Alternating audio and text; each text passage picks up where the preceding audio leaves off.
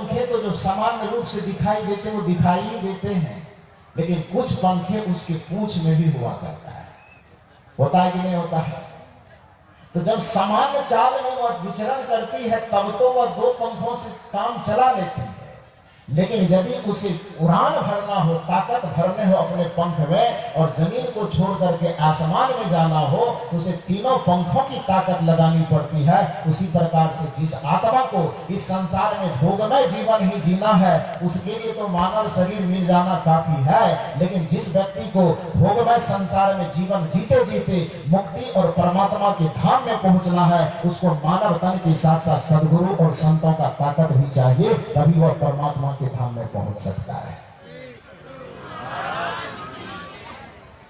मानव शरीर चाहिए, सत्संग का आधार चाहिए और सद्गुरु की भक्ति चाहिए।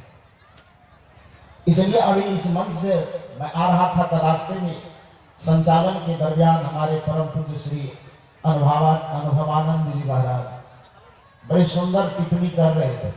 गुरु महाराज की बात कि जितने मनुज तनधारी है प्रभु भक्ति कर सकते सही।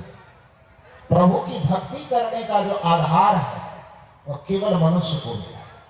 इसलिए हम लोग कहा करते हैं कि इस संसार को स्वर्ग पाने की बात छोड़ दीजिए, संसार को स्वर्ग के जैसा बनाना है तो केवल मनुष्य अपने जीवन को समझ ले, केवल अपने आप को सुधार और संवार ले, उस दिन धरती के आदमी को स्वर्ग खोजने और तलाशने की जरूरत नहीं पड़ेगी, यह धरती ही स्वर्ग हो जाएगी। जिस दिन गुरु भक्ति में मनुष्य का जीवन ढल जाएगा, वह गुरु भक्त जहां भी होगा वहां स्वर्ग का निवास होगा। क्योंकि जहां पर सत्संग होता है वहां पर स्वर्ग स्वतः उतर करके चला आता है। मनुष्य अपने जीवन को समझ करके अपने आप को केवल मनुष्य बना ले, केवल शकल से मनुष्य नहीं, अकल से भी मनुष्य हो जाए, केवल आकृति से मनुष्य नहीं, प्रकृति से भी वह मनुष्य हो जाए, केवल आकार से ही नहीं, विचार और संस्कार से भी जिस दिन वह मनुष्य हो जाए, उस दिन मनुष्य को भगवान बनने से कोई नहीं रोक सकता है। इतनी ताकत मनुष्य के पास है। क्योंकि इस धरती पर भगवान और शैतान की अलग से कोई योनि नहीं होती। योनि तो केवल मनुष्य की होती, श्रेणी केवल मनुष्य की।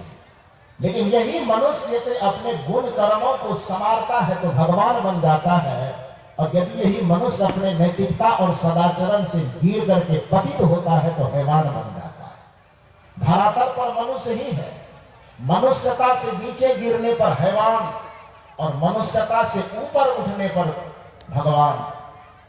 तीन बातें कही जाती है, प्रकृति, संस्कृति और विकृति। मूल चीज है प्रकृति। यदि कोई व्यक्ति अपने नेचर में, अपने स्वभाव में, अपने प्रकृति में जी रहा है तो वो मानव है। यदि अपने प्रकृति से नीचे गिर करके विकृत जीवन जी रहा है, दुराचार में, कदाचार में, भ्रष्टाचार में, व्यभिचार में जीवन जी रहा है तो वह शैतान है। और यदि मानव विकृति और प्रकृति दोनों का अतिक्रमण करके जिस दिन सत्संग और गुरु का सहारा लेकर के संस्कृति में जीना शुरू कर देता है, उसी दिन से वह देवत्व की ओर यात्रा शुरू कर देता है, उसी दिन से वह भगवान बनने की दिशा में आगे बढ़ने लगता है। श्री राम यदि भगवान के दर्जे तक आ सके तो अपने जीवन को उन्होंने संवारा। आज जिस मनुष्य तन की विशेषता गाई जा रही है, ध्यान रहे वो मनुष्य तन की विशेषता केवल इस शकल पाने के कारण नहीं, बल्कि मनुष्य तन की विशेषता दर्शाते हुए गुरुवर कबीर ने कहा कि मानुष तेरा गुण बरा, बांसन आवे काज, हारन होते आवरण, त्वचा न बाजन बाज। हे मानव, आपके शरीर की कोई विशेषता नहीं है, क्योंकि यह शरीर जो 60 साल 70 साल से तुम पोष रहे हो, उसके चमड़े, चर्बी, हड्डी को जो तुम मजबूत कर रहे हो, इस शरीर छूटने के बाद तुम्हारे हड्डी से न तो यूरिया बनने वाली है न डीएपी खाद बनेगा। इस चमड़े का न तबला का थाप जो बनने वाला है, न ढोलक का, न कमर का बेल्ट, न हाथ के घड़ी का फीता, न पैर में पहनने वाला जूता बनेगा। क्या है? कुछ नहीं बनेगा। जिस मांस को बढ़ाते हो, ना जाने कौन कौन कुकर्म क्या क्या खा करके, काजू किशमिश खा करके तो चर्बी बढ़ता है, उससे भी संतुष्टि नहीं होती है तो ठंडी बढ़ रही है, रात में बड़ा ठंडी लगता। तो संडे हो या मंडे रोज खाओ अंडे। पूछो क्यों खा रहे हो, तो कहे क्या करे साहब, एकदम ठंडी लगती, थोड़ी चर्बी बढ़ जाएगी ना तो गर्मी चढ़े।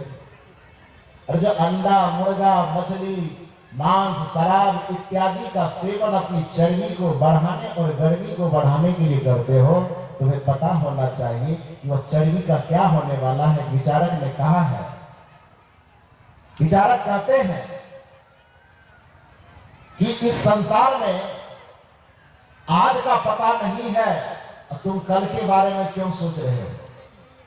आज के बारे में तुम्हें खबर होनी चाहिए, जिस तन को संवार रहे हो वह तन टिकेगा नहीं। मलमल के तूने अपने तन को जो है निखारा। विचारक ने यहाँ मलमल की कहा, रगड़ रगड़ के। यदि संदर्भ में बात कहूं तो आपको मैं कहना चाहूंगा कि खा खा के तूने अपने तन को जो है संवारा। याद रखो उसका क्या होगा। मलमल के तूने अपने तन को जो है निखारा, इत्रों की खुशबुओं से महके शरीर सारा।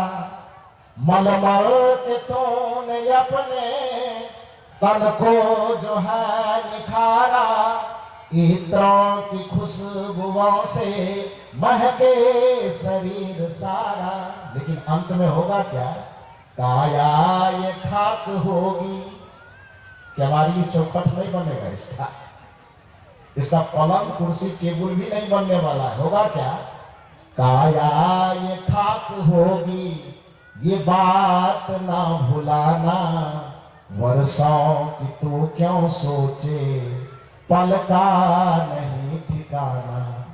कुछ पल की जिंदगानी, एक रोज सबको जाना। वर्षों की तो क्यों सोचे, पल का नहीं ठिकाना।